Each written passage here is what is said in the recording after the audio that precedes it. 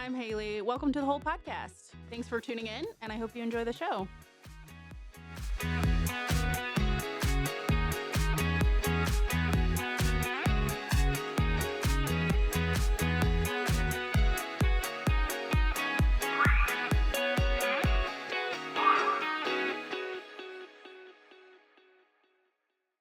All right, everyone. Today we have a very fun guest with us today. He is the owner of KRUTZ Strings in Kansas, I want to say it is.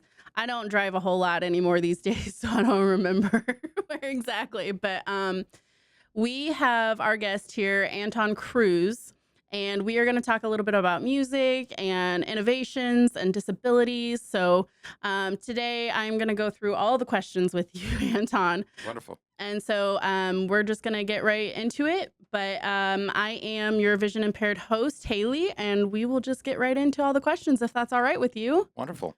Okay, so why don't you tell me a little bit about yourself? How did you get into making instruments? Well, both my parents were classical string players. My mom was a violinist. My father was a bass player. And so I was always around string instruments, always. And their friends were string players, and so I was always around. Whenever they had parties or get-togethers, there was always musicians and string players there.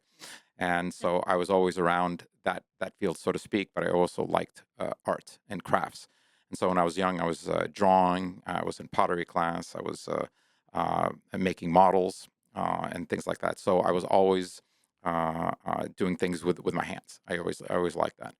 And one day when I was 12 years old, my father took me to downtown Kansas City to a luthier named Ursula Ashley, who's a violin maker and a repair person, and because he needed his bass fixed. And I saw this man that was doing a craft for a living. And I thought, wait a second, you can do this for a living? I thought you have to be an accountant or an engineer or an architect, because I thought maybe architect, because I liked drawing and things like that. And then I was just mesmerized by the fact that you can actually do something with your hands for a living. And my father started driving me there every Saturday during the school year, and then every day in the summertime to work with him. And then when I could drive myself, I went to learn with him. And after high school, I realized this is what I wanted to do. And there are violin making schools. There are 3 violin making schools in the U.S. And I went to one of them in Salt Lake City. And it's a 4-year violin making school, trade school. So that's kind of like a bachelor's degree. And after that, I went to Manhattan, New York to learn restoration.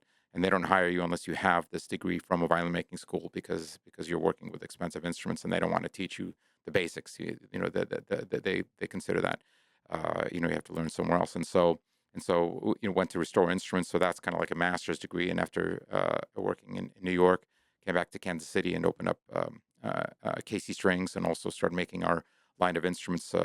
We call them KRUTZ Instruments. And and I, as a Luthier's, Anton Krutz, having KRUTZ Instruments, it's in line with how it used to be centuries ago, where a maker like Antonio Stradivari had his own line of Stradivari instruments. So that's the background of how I came to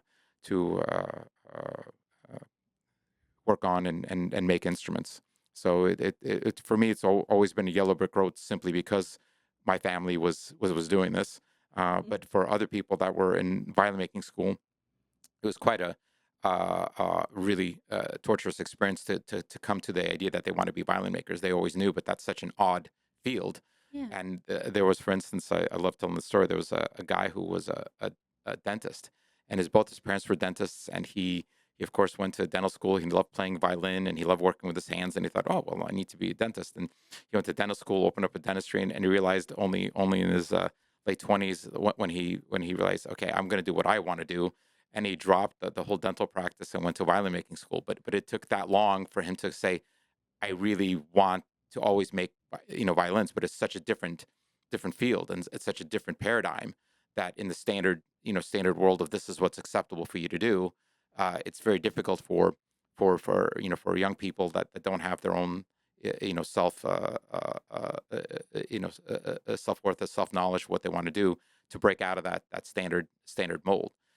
So for me, it was never an issue. It was like, well, that was already part of my family. So I've always been comfortable with this path, while the majority of violin makers really started out, doing something else, and had to come to that, through a longer journey.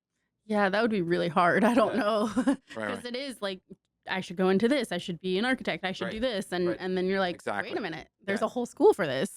Exactly. So because I started when I was 12, by the time I went to violin making school, it's like, yeah, this is old hat, right? Oh my And so gosh. and so that's why it's just always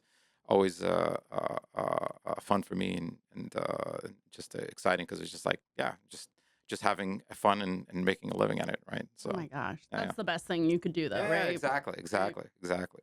Oh man. So what kinda studies did you do at violin school? I'm not sure I know what that looks like. Well, the violin school is just like a trade school, and so you start off just making instruments, and there's also like an orchestra class, there's an art class, there's little things like that. But it's not anything accredited. It's just known.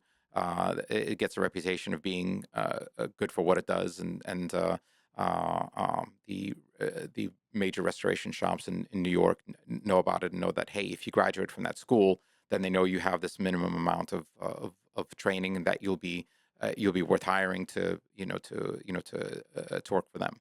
Or if somebody didn't want to go learn further for restoration, then they know enough to start making their own instruments. Wow. Yep. Wow, that is quite an accomplishment though. Yeah, Mm. I enjoyed every bit of it, so I still can do. tell. Right, right, It right. still comes through. I feel that. Right, right. Oh man. And so we did a tour at your place of business Yes. a couple months ago maybe. Right, I'm not good at judging that time. right. But we learned about the different kinds of wood that you would use and Uh-huh. how long it takes, Uh-huh. and it was just, I didn't even realize. Like I knew, cuz I'm a violinist as well, but it just, you don't realize the work that goes into it until you literally sit down and somebody shows it to you. Right, right. Yeah, we have. I do presentations of violin making presentations to kids and students. Mhm. So because even professionals have no idea how instruments are made. Right. Professional players, and even inside an instrument, right? So so these kids, they're playing, but they don't know. And so I would have like 40 middle school or high school students come in, and we do presentations. I do show and tell. I pass around. Here's how blockwood starts. Mhm. Here's how it halfway finished, and we talk about everything. So Yeah. so I try to educate students, and the whole staff knows that this is kind of our mo, where we try to educate the people about Yeah. how this is done, because this is in general a very secretive craft. It is. In most other fields, you get famous by publishing what you know. So if Mhm. you're science, or you publish what you know. In violin making, it's like, if you find something that really works, you keep it a secret. Mhm. Because that's like your Kentucky Fried Chicken Yes, recipe. it Your is. Coca-Cola recipe, right? So if I'm talking to people, if I'll make it, oh, you got secrets, I go, yes, Mhm. I do. Yes. So, so And they will remain yeah, yeah, and secrets. and and and you honestly have to have them, because everyone can make a violin, but then how do you differentiate this violin, from another violin? Those are the little things that make your instrument great. So Yeah. yeah. And I mean, I was reading a little bit more about you and your business, and Hmm. a lot of people come to your store, like professionals, Yes. students, everybody. Yeah. Yeah. I mean, I don't know of another place to go. We've been going to your store Yeah. since forever. Yeah. Yeah. We have not only regional and national clientele, but even international clientele. I did So not know yeah, that. yeah. So because if you have great instruments, then It people, gets heard. yeah, it gets heard, and we sell them. So not so much internationally, but yeah, but it's definitely national and regional in the instruments we make Wow. and sell. So yeah. Wow. And your shop is so beautiful. It's just got instruments lining the walls. I love Yeah, yeah, it. Oh yeah. my If you gosh. go, we have kcstrings.com, and we have YouTube videos, and we have Yes. like a Google tour of it, and we made a video of that, the whole shop. Plus, just tons of videos there that outline how we make instruments, and also the all our shop facets. Oh my gosh, I love that. It, it feels so comfortable walking into your store. Like sometimes you'll walk into a new store and you're like, I'm not sure what I'm looking at. Like, what am I doing here? And then when I walk into your store, I'm like, oh, this is home. This is violins. This is cellos. These are all the things that I know. And so Right. I really appreciate that feeling. Yeah. And being around other individuals who do play. Right. I don't have to explain like, oh, my shoulder rest is really bad, and here's why. Like, Right. you guys already know. Exactly. So, oh my gosh, this is so good. Okay, so I'm gonna look at the next question here. Sure. Oh yeah, how do you balance tradition and innovation in your work? The tradition is everything 4 centuries ago was done completely by hand, right? Mhm. And it was it took a long time to make an instrument. Now the innovation really is you have band saws, and you have other machinery that can help. Mhm. Right now, if you needed abrasive material, you go to Home Depot, get sandpaper.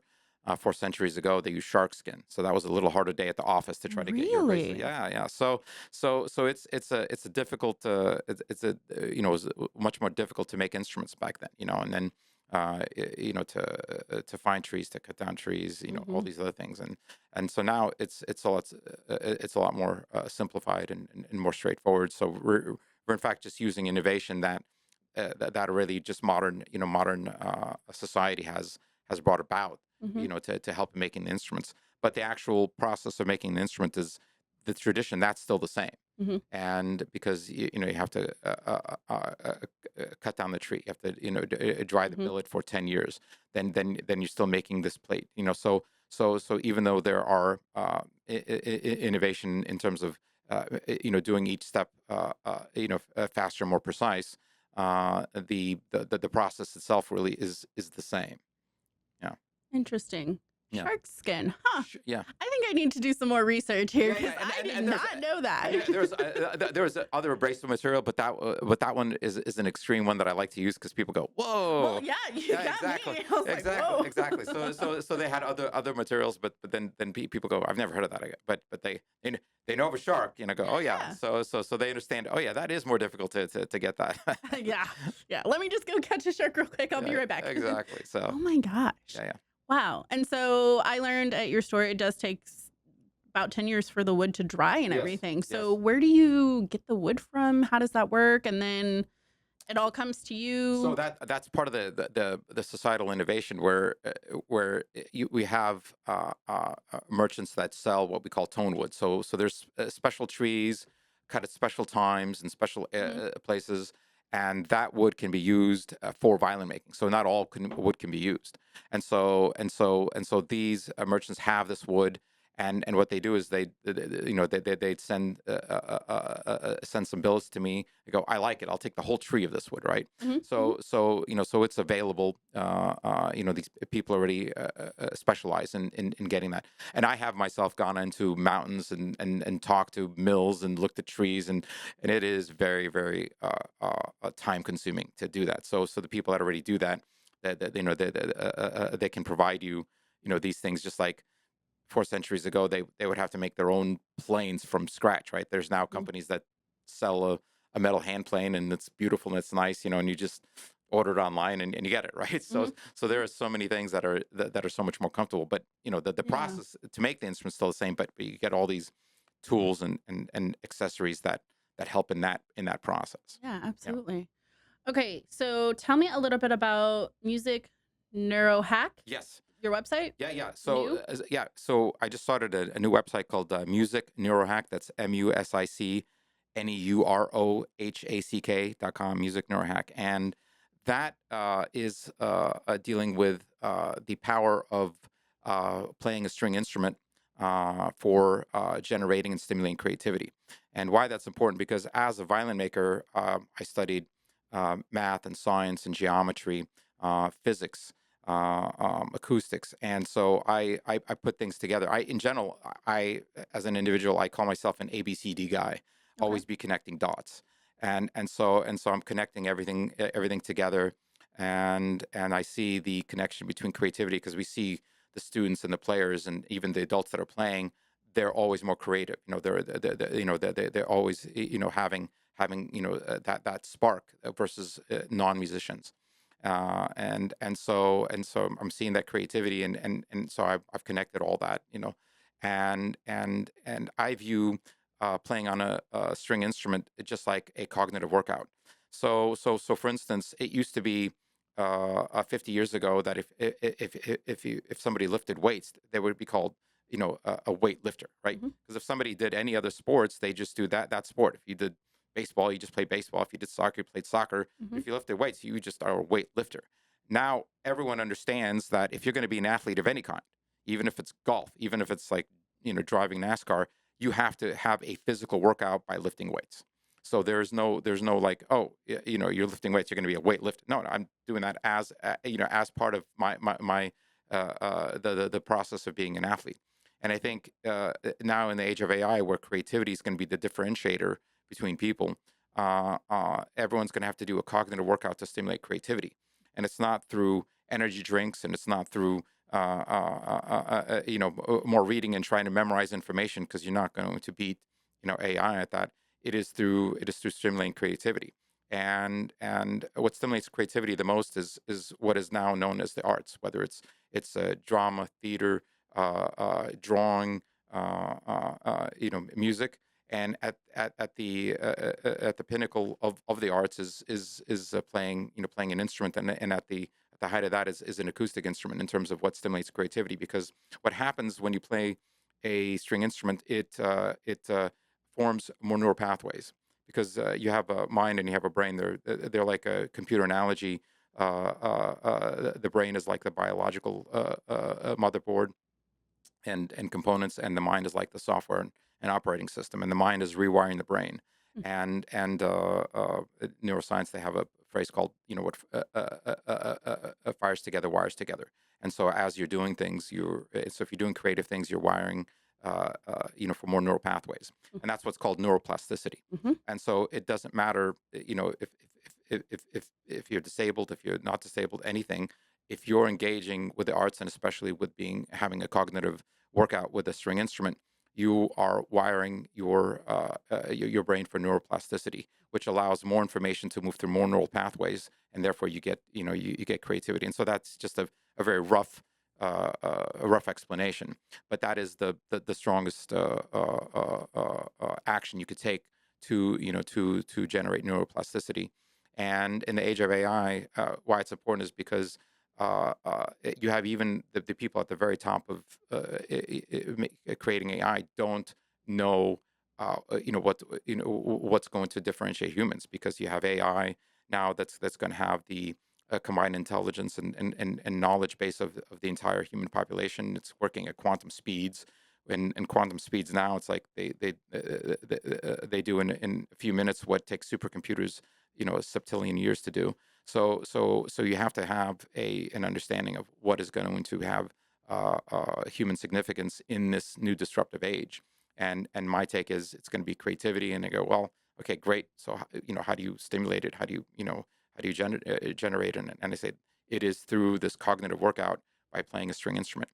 And the example I use is Einstein, and he was a violinist. A lot of people don't know, and they thought, oh, he's just doing it for fun. No, he actually, when he got stuck on problems, he would play the violin, and that would generate emotion. He would funnel that emotion into his thoughts, and then he would have the breakthroughs, right? Yeah. So it's just something that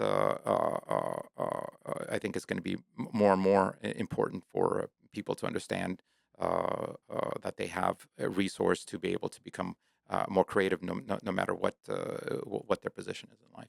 Yeah, no, I totally agree with what you're saying, because I've been through that. I Hmm. think now that we're talking about it, I started losing my vision around 17 Hmm. ish, and I went right into school, not really knowing how to handle that Hmm. and school. Hmm. And I did violin for all my life. And Hmm. so I signed up for the orchestra, I did private lessons.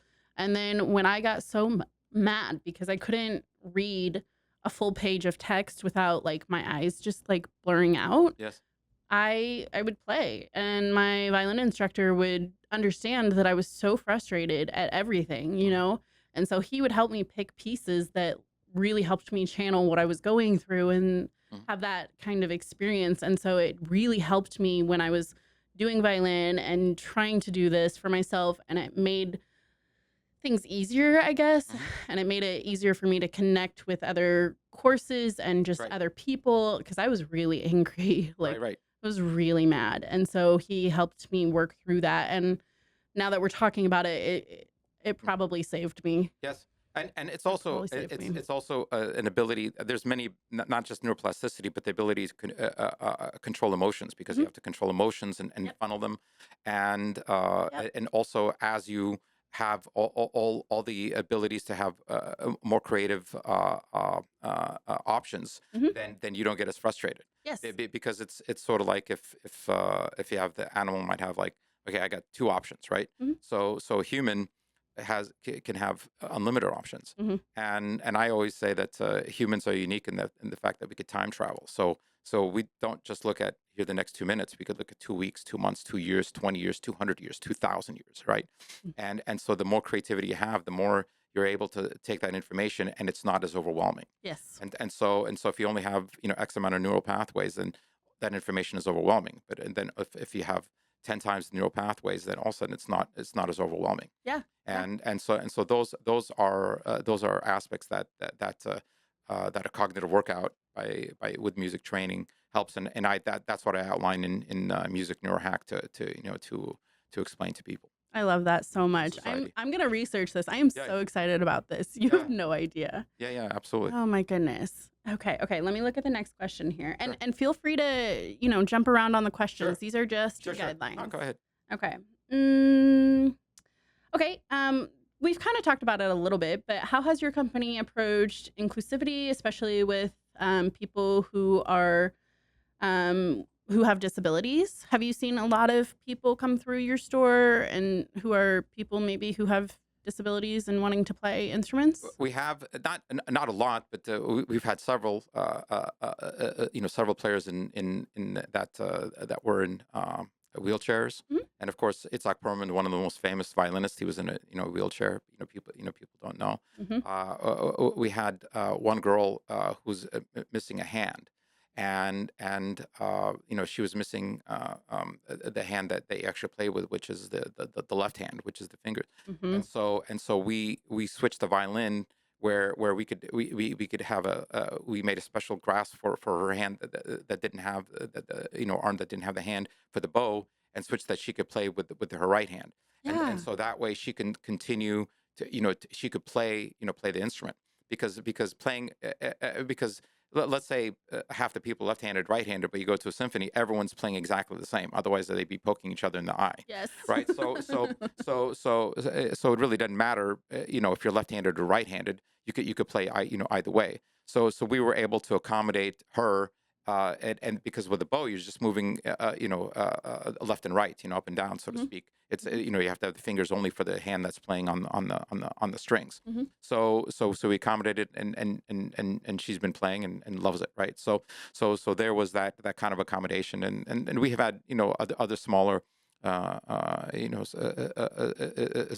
smaller aspects, that the people that were uncomfortable with certain ways of holding the instrument, and that we've accommodated them, and had special attachments to, so that they can continue playing. That is so cool. Yeah. I don't think I really knew that. I knew you could do that with other instruments, like changing which way, Mhm. but I've never seen a violinist hold it maybe on the other side, the opposite side, the non-traditional side. Yeah, yeah, So yeah, yeah. that's Yeah, interesting. you never will, because in the standard, because Yeah. everyone's playing again, Yeah. irrelevant of whether they're left-handed or right-handed, Yeah. they're playing exactly the same in Oh my in the gosh. symphonies. But you can, there's nothing that's stopping you, but you have to. Yeah, you have to there's some acoustic changes you have to make to the instrument and whatnot, but there's no physical reason that it can't be done that way. Wow. Sure. Wow. Yeah. Okay. Okay. Well, I guess that kind of leads into our next question. Uh-huh. Can you share any experiences with your instruments with people with disabilities? Um, is there, you said there was an individual in a Right. wheelchair. Right. And so one of my friends, she was in a or she is currently and will forever be in a wheelchair. And Yes. she struggled because she was like from here down, I want to Hmm. say. And don't quote me on that. Sure. And she struggled with standing up straight enough to hold her violin. Right. Is that what you experienced? Well, there. I mean, there could be many differences. Hmm. In how if people have disabilities or the difficulties, challenges in playing, and we have to take a look at each one. There's a lot of times, many times that somebody comes in and they say, I have a problem with this, right? Hmm. And I realize the problem's not with that; it's something else altogether, right? Hmm. So you have to just take a look at each individual situation, and if they're leaning over, maybe there has to be kind of a back brace, to help you be straight. Because if you're leaning over and you can't play with the violin, like so each situation would just have to be individually looked at. Right. Yeah, Yeah. no, that makes sense. Right. Oh my goodness. Yeah. Oh Yeah. my goodness. Mhm. Wow. Instruments and disabilities. That's a whole Right. conversation. Right. Okay, let me see here. I think if it's all right with you, can we go ahead and move to an ad break real quick and we can Sure. get some more water Absolutely. and Great. maybe get some air conditioning in Sure. here? No problem. Okay, all Absolutely. right. We will be right back, everyone. Thank you so much. Living with a disability can feel isolating, but it doesn't have to. At The Whole Person, peer support groups bring people together who truly understand. The Whole Person provides a variety of peer support groups. Brain injury group, share experiences and navigate life after your injury. Mental health group, connect with others managing anxiety, depression, and other mental health challenges. DIY life skills, build confidence and skills for independence, designed for ages 18 to 24. In addition to these, we offer specific groups for spinal cord injuries, blindness and low vision, and deaf and hard of hearing. Whatever your journey, you're not alone. To find your group and attend our next meeting, please visit thewholeperson.org/peer support or call us at 816-561-0304. Peer support at The Whole Person. Real people, real connection. All right, everyone, we are back from our break. We are going to jump right into some more questions because this is the best conversation ever for today. So, Anton, is it okay if we just jump right back in with you? Absolutely. Okay. Wonderful. All right. So, the next question that we have is what does intuition play in what role does intuition play in your creative process? Well, I think intuition plays a role in everyone's life, and the more you listen to it, I think the more successful you have, achievements in what you do.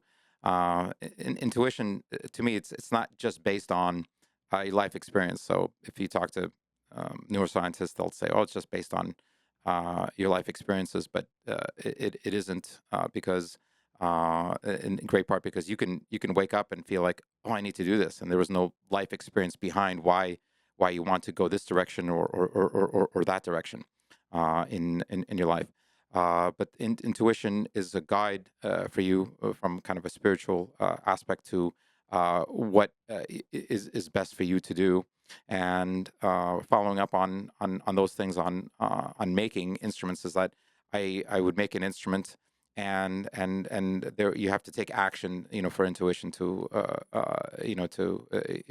to give you guidance on kind of next steps. And so you'd make an instrument, and it's not exactly what you like in terms of look, or not exactly what you like in terms of sound, or you want it better, and you start questioning, what can be done better, how can it be done better, and that's where you get guidance in terms of what other steps you can take.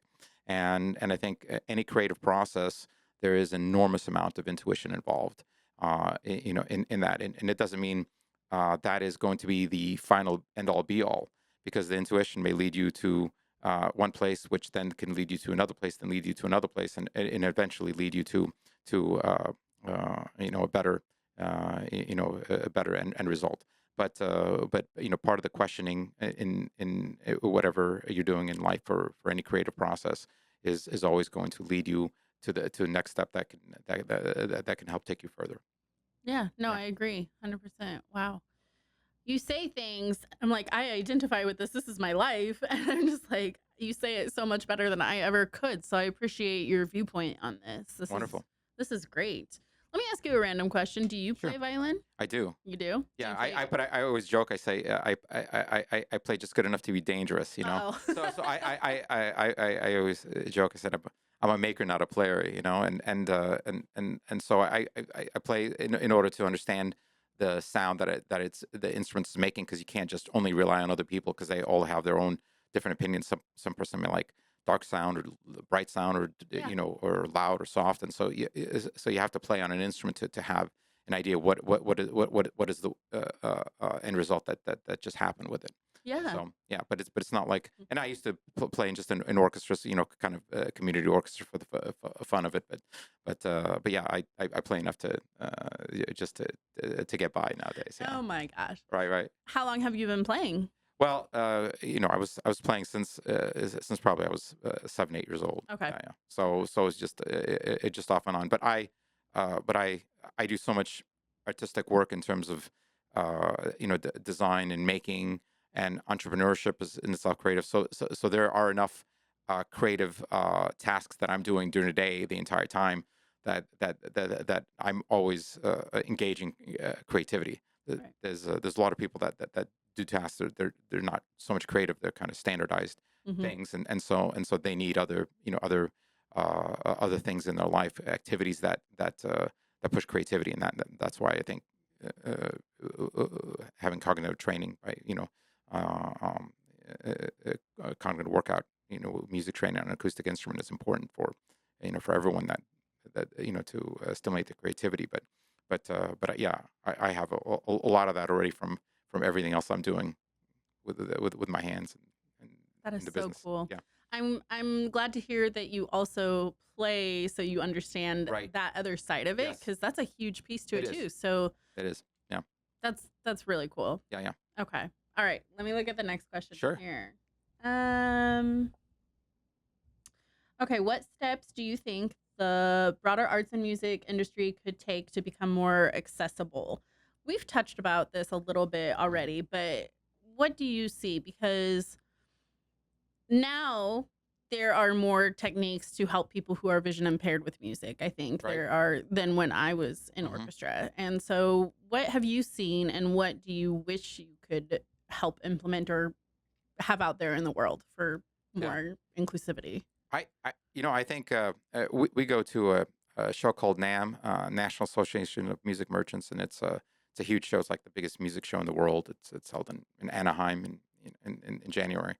Okay. And what they're getting better and better at is getting internet connection so people can play together. And so if you can go, and it's difficult enough to just even in regular life just go to an orchestra and play with somebody, or just get together and just physically go there. And especially if you have disabilities, that's even more difficult. But they're getting and it's very, very difficult to play together on a computer because there's lag time. Yes. And so it makes it very frustrating to try to play when there's even a second lag time. You can't do it. But now they're getting that lag time down, where these companies are coming out with more and more technology, and somehow they're buffering it. I don't know the technology behind it, but there's no lag time, and they could be playing together. Whoa. Somehow. And I think that would be the greatest thing when you're in your home, and you're in a place where you are, and you can't get out as much, and it's difficult, and then you can play along with other people, and let's say have a big screen, good speakers, and all of a sudden you could be jamming with with somebody halfway across the country. Yeah. And so I think that kind of communal aspect to music makes it more more valid, and more impactful for people than just kind of playing by yourself. Yeah. As human beings, we in general we need to interact, Mhm. and they have had studies where people that go in there, they go into some frozen tundra in Alaska, and they're there for half a year, their brain actually physically shrinks. Mhm. So we as human beings need to interact. There is our biological systems are made to for interaction, Mhm. and so having that interaction with music is becomes just one level more more powerful than just just talking talking by phone, or just talking to somebody, to have that communication through music, which has its own power. I agree. Hmm. Wow, that is so cool.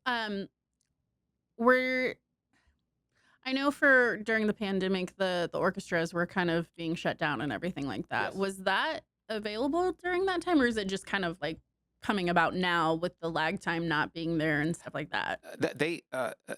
They were like a lot of the teachers, like they didn't teach in person, right? So they taught Mhm. over Zoom, Yep. right? And so they could still teach over Zoom, and so they had the teacher and you had the player, and the player would play, and but they weren't interacting in playing together, right? Yes. So teaching has been done with Zoom for years and years now, right? And so teachers, we have teachers that teachers have students across the country, right? Yes. And so that there's no issue with that aspect. So you can learn to play from digitally, right? Yes. With the teacher, because they could look at your hand positions, and they can listen to your sound. But Mhm. but it's that immediate in time interaction of playing music, which is I think once they get that down with the fiber, no latency, and everything else, I think will be transformative for people with disabilities to be able to communicate musically. Yes. Yeah. I agree. Yeah.